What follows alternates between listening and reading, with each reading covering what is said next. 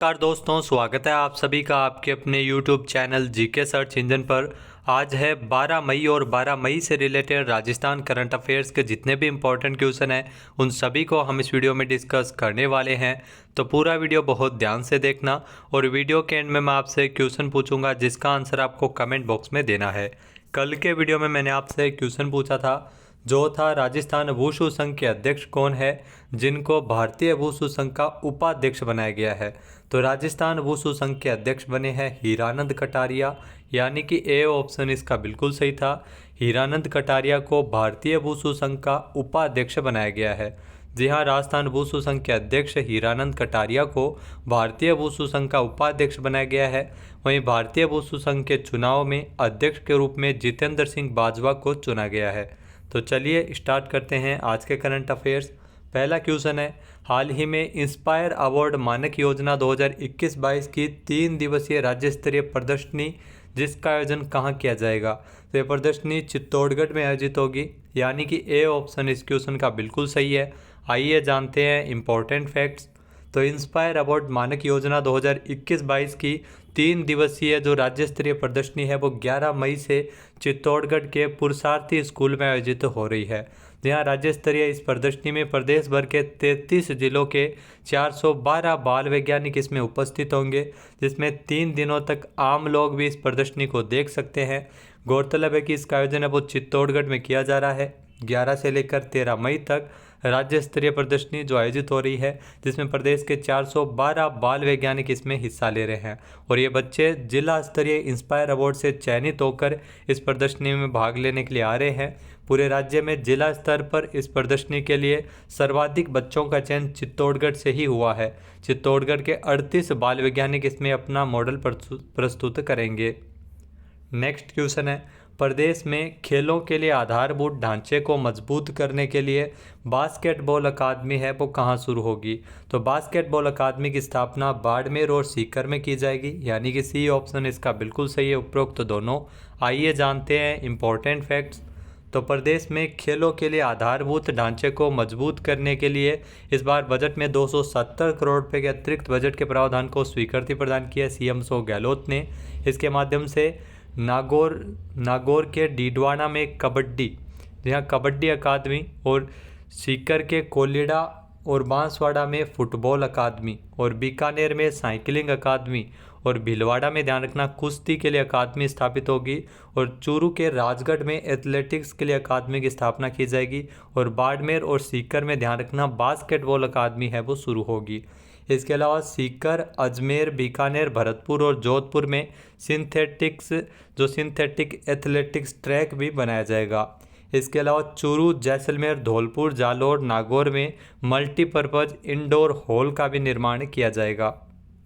Next है, मुख्यमंत्री अशोक गहलोत ने राजस्थान के जयपुर स्थित राजस्थान पुलिस अकादमी में अत्याधुनिक इंडोर शूटिंग रेंज के निर्माण के लिए कितने करोड़ रुपए के प्रस्ताव को मंजूर किया है। तो इसके लिए 14 करोड़ रुपए का प्रस्ताव है वो मंजूर किया गया है, यानी कि ए ऑप्शन इसका बिल्कुल सही है। आइए जानते हैं इम्पोर्टेंट फैक्ट्स।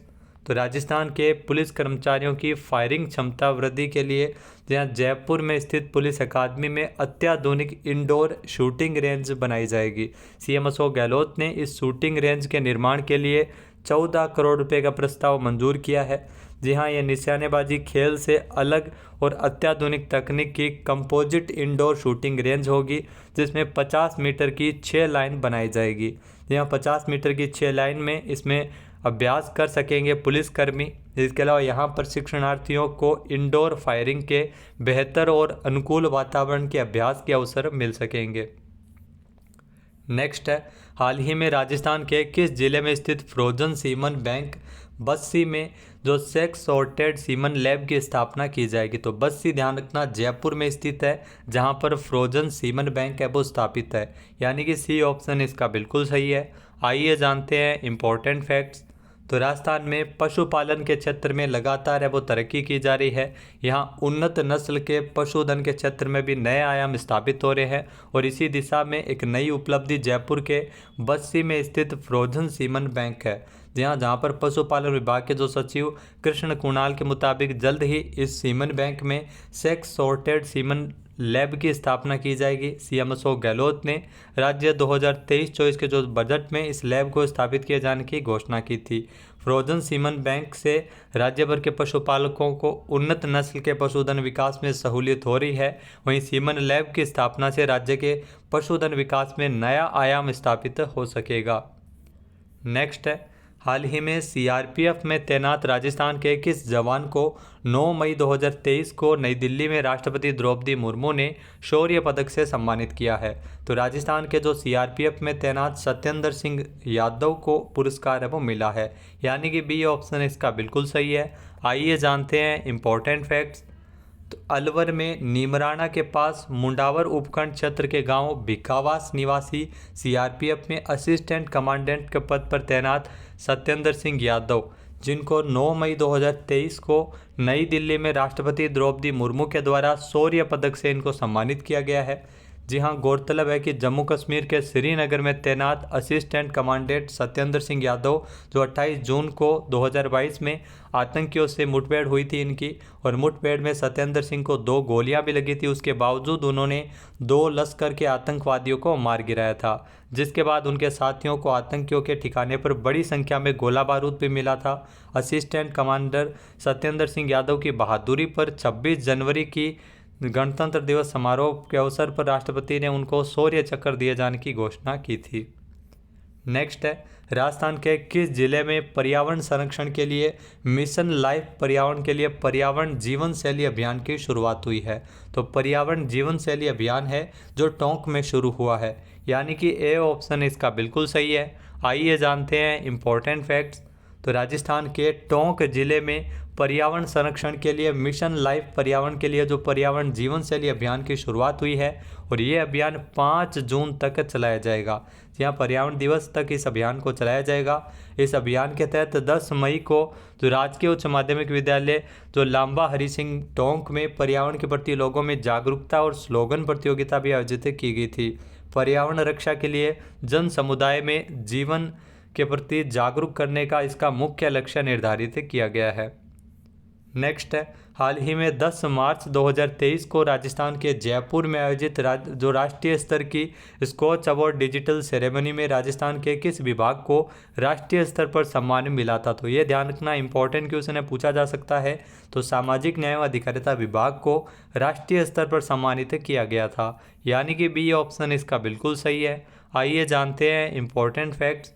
तो 10 मार्च 2023 को राजस्थान के जयपुर में आयोजित राष्ट्रीय स्तर की स्कॉच अवार्ड डिजिटल सेरेमनी में प्रदेश के सामाजिक न्याय व अधिकारिता विभाग को राष्ट्रीय स्तर पर पुरस्कार है वो दिया गया था, जिसके अंतर्गत विभाग को 2 पुरस्कार मिले थे। यहाँ राजस्थान के सामाजिक न्याय व अधिकारिता विभाग के शासन सचिव डॉक्टर समित शर्मा ने पुरस्कार प्राप्त किए थे।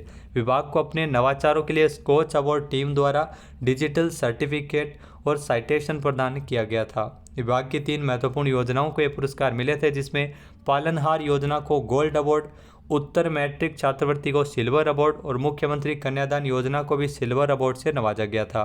विभाग की 3 अन्य योजना, जिसमें कोरोना सहायता योजना, सामाजिक सुरक्षा पेंशन योजना और मुख्यमंत्री अनुवर्ती कोचिंग योजना को ऑर्डर ऑफ मेरिट सर्टिफिकेशन देकर सम्मानित किया गया था।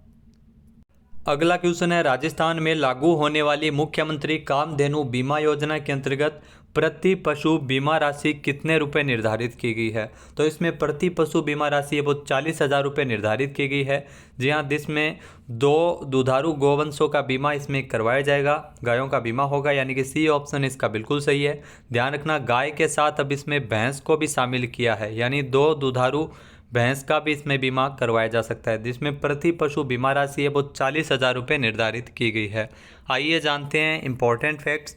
तो दुधारू पशुओं की असामयिक मृत्यु होने पर पशुपालकों को भरपाई के लिए पशुपालकों को नुकसान की यूनिवर्सल कवरेज देने के लिए राज्य के पशुपालकों हेतु मुख्यमंत्री कामधेनु बीमा योजना से उनको जोड़ा जाएगा। जो राहत कैंप आयोजित हो रहे हैं उसमें इस योजना के लिए रजिस्ट्रेशन भी हो रहा है। योजना के तहत हर एक पशुपालक परिवार को उनके 2 दुधारू पशुओं का बीमा करवाने के लिए इसमें सहूलियत दी जाएगी, जिसमें प्रति पशु बीमा राशि है वो 40,000 रुपये होगी। यहाँ राजस्थान सरकार ने अपने बजट में मुख्यमंत्री कामधेनु बीमा योजना के लिए 750 करोड़ रुपये खर्च करने का प्रावधान किया है, जिसका लाभ है वो राजस्थान के 20 लाख पशुपालकों को मिल सकेगा। इसके अलावा लंपी त्वचा रोग से प्रकोप से तो जान गंवाने वाले गोवंशों के मालिकों को भी इसमें पशुपालकों को 40,000 रुपये की आर्थिक मदद भी की जाएगी। नेक्स्ट क्वेश्चन है, देश के सभी जिलों में जल शक्ति मंत्रालय का कैच द रेन अभियान कब तक आयोजित किया जाएगा?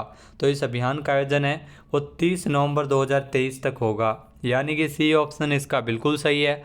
आइए जानते हैं इम्पोर्टेंट फैक्ट्स। तो जल शक्ति मंत्रालय के द्वारा जो ओरिएंटेशन कार्यक्रम है वो आयोजित किया गया है। जी हाँ, जल शक्ति मंत्रालय ने कैच द रेन अभियान को क्रियान्वित और कार्यान्वयन के लिए ओरिएंटेशन कार्यक्रम है वो आयोजित किया है। 2023 का जो ये अभियान है वो देश के सभी जिलों में 4 मार्च 2023 से लेकर 30 नवंबर 2023 तक पेयजल के लिए स्रोत स्थिरता इस थीम पर इसको लागू किया जा रहा है। इस अभियान के तहत चेक डैम, वाटर हार्वेस्टिंग पिट, रूफटॉप, RWHS आदि बनाने के अभियान है वो इसमें चलाए जाते हैं। नेक्स्ट है, हाल ही में 9 से लेकर 11 मई 2023 तक G20 की तीसरी विकास कार्य समूह की बैठक का आयोजित हुई है। तो इस बैठक का आयोजन है वो गोवा में किया गया था, यानी कि बी ऑप्शन इसका बिल्कुल सही है। गोवा में 9 से लेकर 11 मई तक ये G20 की तीसरी विकास कार्य समूह की बैठक है जो आयोजित हुई है। आइए जानते हैं इम्पोर्टेंट फैक्ट्स। तो गोवा में तीसरी G20 विकास कार्य समूह की बैठक आयोजित हुई है 9 से लेकर 11 मई 2023 तक। ये तीसरी विकास कार्य समूह की बैठक है G20 की, जिसमें दुनिया भर के विभिन्न देशों के प्रतिनिधि इसमें गोवा पहुंचे थे। G20 दुनिया की 20 प्रमुख विकसित और विकासशील अर्थव्यवस्थाओं का एक अंतर सरकारी मंच है जिसमें अध्यक्षता ध्यान रखना भारत कर रहा है। तो इसके लिए अलग अलग बैठकें हैं वो अलग अलग शहरों में आयोजित हो रही है। इस कार्यक्रम का आयोजन G20 के सचिवालय द्वारा ऑब्जर्वर रिसर्च फाउंडेशन ORF के साथ साझेदारी के लिए किया जा रहा है। अब बात करते हैं आज के हमारे क्विज के, जिसका आंसर आपको कमेंट बॉक्स में देना है। तो आज का क्विज है, बेंगलुरु में आयोजित 5वीं Indian open para athletics international championship 2023 में गंगानगर की निशा लिम्बा ने शॉटपुट इवेंट में कौन सा पदक जीता है? एक बार फिर से सुनिएगा। बेंगलुरु में 5वीं Indian open para athletics championship 2023 का आयोजन किया गया था, जिसमें गंगानगर की निशा लिम्बा ने शॉटपुट इवेंट में कौन सा पदक जीता है?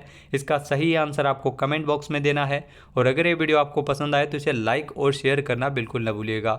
चैनल पे नए हैं, सब्सक्राइब नहीं किया है तो अभी सब्सक्राइब बटन पर क्लिक करें। इस वीडियो की जो PDF फाइल है वो आप वीडियो के डिस्क्रिप्शन बॉक्स से डाउनलोड कर सकते हैं और इस क्वेश्चन का आंसर आप वोट करके भी कर सकते हैं। वीडियो देखने के लिए धन्यवाद। जय हिंद, जय भारत, जय राजस्थान।